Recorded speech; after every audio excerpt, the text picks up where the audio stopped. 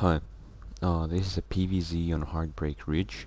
I suppose there's not really that much to this map, but you should remember in PVZ at least, especially, uh, that for one, they could be mining the mineral block behind your behind the cliff, behind your natural. So be sure to check that out occasionally in the early game, especially if you see kind of weird drone count, like you count his drones, and if he, for example, has a 9 pull speed or overpull or something, and he's somehow missing one drone, then make sure that he's not mining those minerals right over there.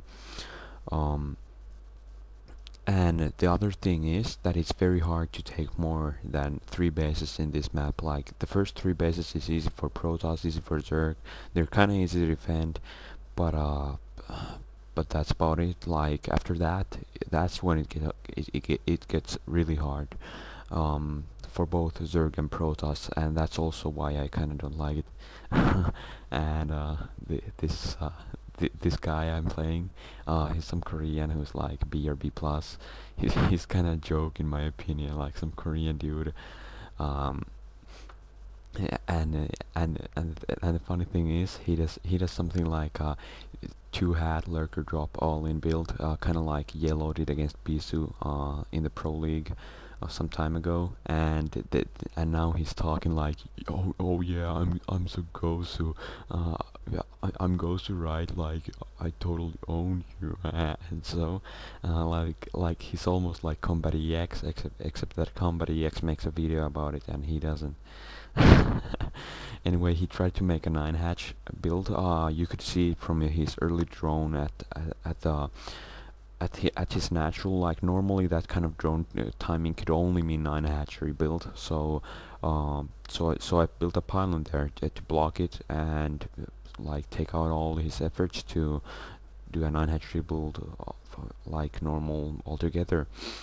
So and also since I figure out that his spawning pole is gonna be kind of late, he's gonna have he's gonna have want to place his second hatchery long before his spawning fully even finishes. So I figured that I'll just let my pylon finish over there, since now that even if he sends drones to kind of scout, I mean 2 drones to build that expansion, it's still quite fine, and it won't really like my pylon is still gonna be there blocking and so on. So the fact that he misplaced his hatchery already made my pylon pay itself off, and the fact that his build order was kind of screwed up. Um, so now I figured that he's gonna try and probably double expand at this point. Like he only made 2 Zerglings, so he's probably made a few more drones at first. And because he only made 2 Zerglings at first, I only need 1 cannon at this point. Of course, it's advisable, especially against 9 hatchery build, and especially if he has to misplace his hatchery, that you that you start your second cannon like at some point rather early on. Like I should be starting my second cannon soon enough, but I figured out that I might as well do my tech first, since I saw that he was running his drone to build his third hatchery. Like he could be making links, but I still figure out that if I just make a quick zealot, it might be fine, like just like that. Um,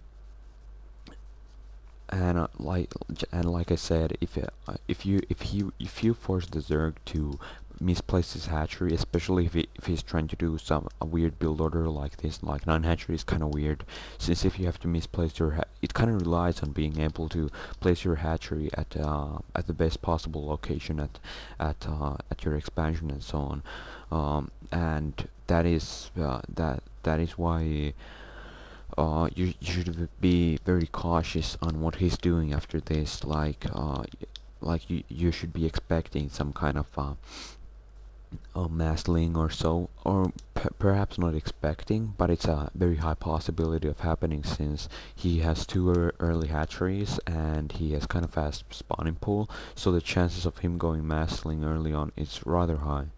Um, I make a Stargate as normal, just so that I'm able to scout him out early on, and especially since I see him do a build order like this, where he's most likely gonna go 4 hatcheries before lair, so that he gets, and as I saw, that's what he's doing. Since he's most likely going to go 4 hatcheries before lair, since he wants to have that natural hatchery in place before going lair, it means that my Corsairs are going to be like extra effective, and even in the average case scenario, you should still make a Corsair, since it just makes the game much more safer. Like, you know exactly what's coming, and besides, at high level games, mass speed zealots without Corsair is just so easy to predict that I usually don't advise it. And I saw that he's doing some kind of a Massling-ish build from the fact that he was making Zerglings even after I scouted his natural.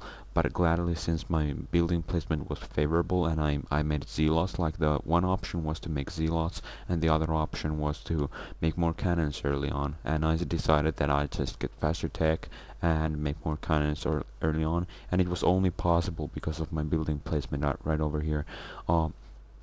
The thing about my building placement, it was that it wasn't really the perfect building placement when it comes to defending against Hydras or even Lurkers or so. Like, that's definitely not the best for that, but it's possibly the best when it comes to defending against Zergling run-bys and Zerglings in general, and that is why I was able to manage. Like, if I had like the building placement that I had first intended, then I probably wouldn't have even tried to play. I would have played 2 or 3 cannons at that point already, even at the expense of few zealots. But it paid itself off. Like, at this point, it's already pretty much over, and as you may have seen, I kind of called him a noob, since like his type of player is pretty much the only one I really hate. Kind of like doing some cheesy crap or something, and then bragging afterwards about it, or winning one game with luck, and then acting as if he's really good or something, and that just annoys me. Like, he's like a carbon copy of Combat EX, except that Combat EX concentrates on bragging with his FPVODs. But in any case, so I started adding my gateways at this point. Like, I got my tech up. I'm safe against pretty much anything, any rush he might do. Like, I made a pretty much quicker tech at the expense of earlier gateways at this time. That was simply because he's most likely going to play a bit cheesy. Like, the chances were that he was going to do some sort of Ling attack, as we saw over there, and the other chance was that he's gonna go Hydras, or he's gonna follow up with Hydras. And what he did over here is kinda, well, it's kinda plain solid or normal after making a cheesy build order, which is something that I really wouldn't like recommend or anything. Like, it's a way of playing where you have to expect to be better than your opponent for it to really work out. Otherwise, it has a rather small chance of working out. So I also added a cannon at my main. That is simply because I saw that his fire popped, so the chances are that he might be doing, well, for one, scourges to protect my Corsairs, and secondly, he might be doing miras. But based on his hatchery count, the amount of scourges he does, and the fact that he doesn't have any eggs morphing, the chances are that he's not gonna make miras, at least early on. So I'm gonna manage with just one cannon at this point.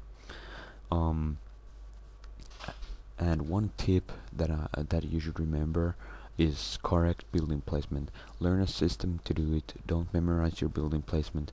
Learn a good system to do it. Like, it's gonna pay off, and once you learn it, it's done. Don't just memorize your building placement based on the map. Like, on destination I'm gonna place one building over here and another over here, and then I'm gonna have decent building placement. Don't think about it like that. Like, find a way to place your buildings near perfect every single time, every single game, without any problems. And that's how you're gonna. That's like one of the 10 or 20 things that makes the difference between an like an East public noob and a true gosu. So you should learn that. In any case, I move out now that I have like just two groups of units or so. I move out. That is simply so that if I have too few units, then his hydras can easily snipe my high templars. But once I have a reasonable amount of zealots to support my high templars and such, I can move out without much worries. He might be doing lurkers as well, and that's what he did as well. And that is also one reason why I move out early on, just so that his contain would be weaker or almost useless, and secondly, so that I'm kind of forcing him to play a bit more defensive and so on.